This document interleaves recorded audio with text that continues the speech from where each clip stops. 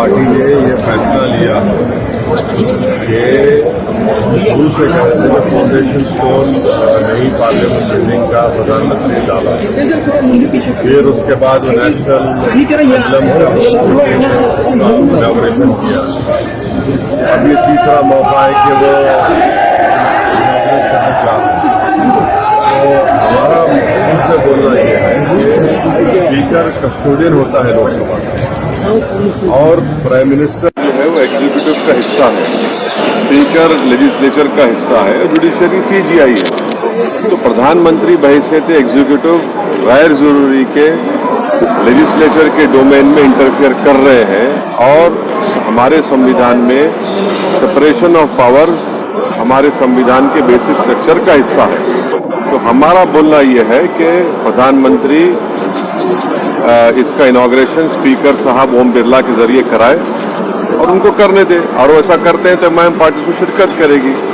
जहां तक नई लोकसभा का सवाल है, यस, जब 2019 में चुनाव के बाद जब पहली ऑल पार्टी मीटिंग पार्लियामेंट के लाइब्रेरी में हुई थी, उस वक्त मैं एक वाहिद MP था जिसने इस बात को उठाया था कि हमको नई लोकसभा की जरूरत है, क्योंकि जो पुरानी लोकसभा में जब वोट ऑफ कॉन्फिडेंस होता है या कोई बिल को पास किया जाता है तो बहुत मुश्किल होता है उसमें, और उसका जो पुरानी बिल्डिंग है बड़ी खूबसूरत जरूर है, उसका फायर क्लियरेंस भी नहीं है, मगर ये जो इनॉग्रेशन हो रहा है तो स्पीकर को करना चाहिए क्योंकि वो कस्टोडियन है हाउस के।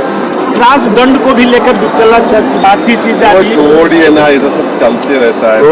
नागपुर में आपकी जनसभा है, क्या मायने निकाले जाए इसके लिए कि क्या चुनावी प्रचार के तौर पे देखा जाए? ये पार्टी के प्रोग्राम है, पार्टी के प्रोग्राम को आए हैं, पार्टी को स्ट्रेंथन करने के लिए हमारी जिम्मेदारी है, हमारे जिम्मेदार लोग काम कर रहे हैं, तुम आए। केसी राव की जो पार्टी है वो महाराष्ट्र में एक तरफ से आ रही है, क्या कहेंगे इसको? 2024 लोकतंत्र है, जमहूरियत है, हर किसी को आकर अपनी अपनी पार्टी का काम करने की इजाजत है, तो उसमें किसी को क्या बोल सकते हैं, कोई भी आ सकता है। केरल में MIM लोकसभा चुनाव में किसी के साथ गठबंधन करेगी या अकेले चुनाव लड़ने वाली है? अभी टाइम है ना, अभी तो टाइम है, जब आएगा टाइम बताएंगे आपको। सर केरल के महाराष्ट्र में अभी ऐसे सिचुएशन है कि MIM को कोई साथ में लेना नहीं चाहता। हाँ, कोई साथ नहीं लेना चाहता है, हाँ। कोई बात नहीं, अल्लाह हमारे साथ है, जनता हमारे साथ है। सर उद्धव ठाकरे के साथ आपकी मुलाकात होने वाली थी। उद्धव ठाकरे के साथ आपकी मुलाकात होने वाली थी। किससे? उद्धव ठाकरे के साथ आपकी मुलाकात होने वाली थी। आपके साथ में आके बोले वो? नहीं, क्या बात करते हैं आप? अभी प्लेन से मैं उतरा हूँ, आप आए क्या? अरे छोड़िए। केरल के मंदिरों में RSS पे बैन लगाने की बातचीत थी। केरल में जितने भी मंदिर हैं वहाँ पे RSS की जो शाखाएं होती है उस पर बैन लगाने की बातचीत की गई है, सरकार कह रही है। नहीं मालूम, मैं तो आपसे सुन रहा हूँ, मुझे नहीं। सर जो हुआ उसके बारे में कुछ कहेंगे आप?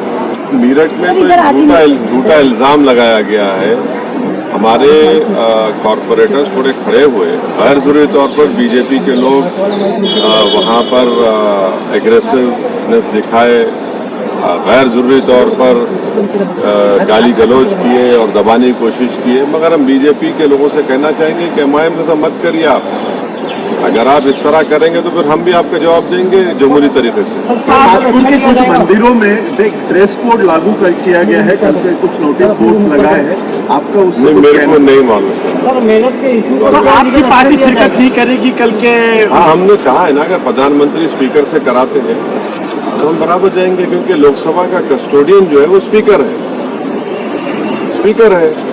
प्रधानमंत्री बड़े नहीं है लोकसभा में, स्पीकर बड़ा है, लीडर ऑपोजिशन बड़ा नहीं होता है, इसीलिए तो लोकसभा का सेक्रेटेरिएट अलग है, लोकसभा का सेक्रेटेरिएट अलग है, लोकसभा अलग ही है, वो लेजिस्लेचर का हिस्सा है।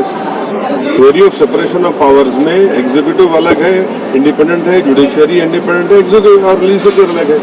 ये प्रधानमंत्री सब में चले आ रहे हैं, वो जाए, उनका नाम तो आ गया ना फाउंडेशन फ्लैग पे, स्पीकर को कराए, ओम बिरला से कराए, क्या होगा? आसमान तो नहीं गिरने वाला है ना, आसमान तो नहीं गिरेगा, दिल बड़ा करे प्रधानमंत्री थोड़ा। उन्होंने तो सजदा किया था पार्लियामेंट को जब पहली मर्तबा गए थे, संविधान किताब उठाकर चूमा था उसको, तो सजदा और आप चूम लिए, तो ओम बिरला से कहिए कि करो इनॉग्रेशन। बाइकआउट गैंग सर बोल रहे हैं आप लोग? हाँ, बाइकआउट गैंग बोला जा रहा है भाजपा की तरफ से। शाम में 6 बजे और रात में 9 बजे ये सो कॉल्ड नेशनलिस्ट बैठते हैं टीवी के ऊपर, ये 6 PM 9 PM नेशनलिस्ट है, ये मैं शुरू से कह रहा हूँ लोगों को, उनका काम है वो। सर केजरीवाल जी ने आपके पार्टी को अप्रोच किया है सर दिल्ली? नहीं, हमारा तो राज्यसभा में तो है ही नहीं है।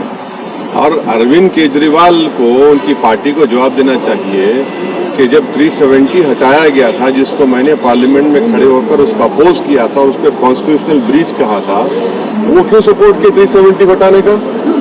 आज रो रहे हैं, आज रो रहे हैं। जब उनको ख्याल नहीं आया था कि किस तरह से एक स्टेट को यूनियन टेरिटरी बना दिया गया था। तो ये इनकी हमेशा से अरविंद केजरीवाल जो है सॉफ्ट हिंदुत्व नहीं बल्कि रियल हिंदुत्व को फॉलो करता है और बीजेपी से बड़ा अपने आप को हिंदुत्व का लीडर बनाने का। अब देखिए क्या हो रहा है, अब लड़ते रहिए। अब तो ऑर्डिनेंस जो सरकार ने इशू किया है वो अनएथिकल है, मगर लीगली उनको राइट है ऑर्डिनेंस इशू करने का।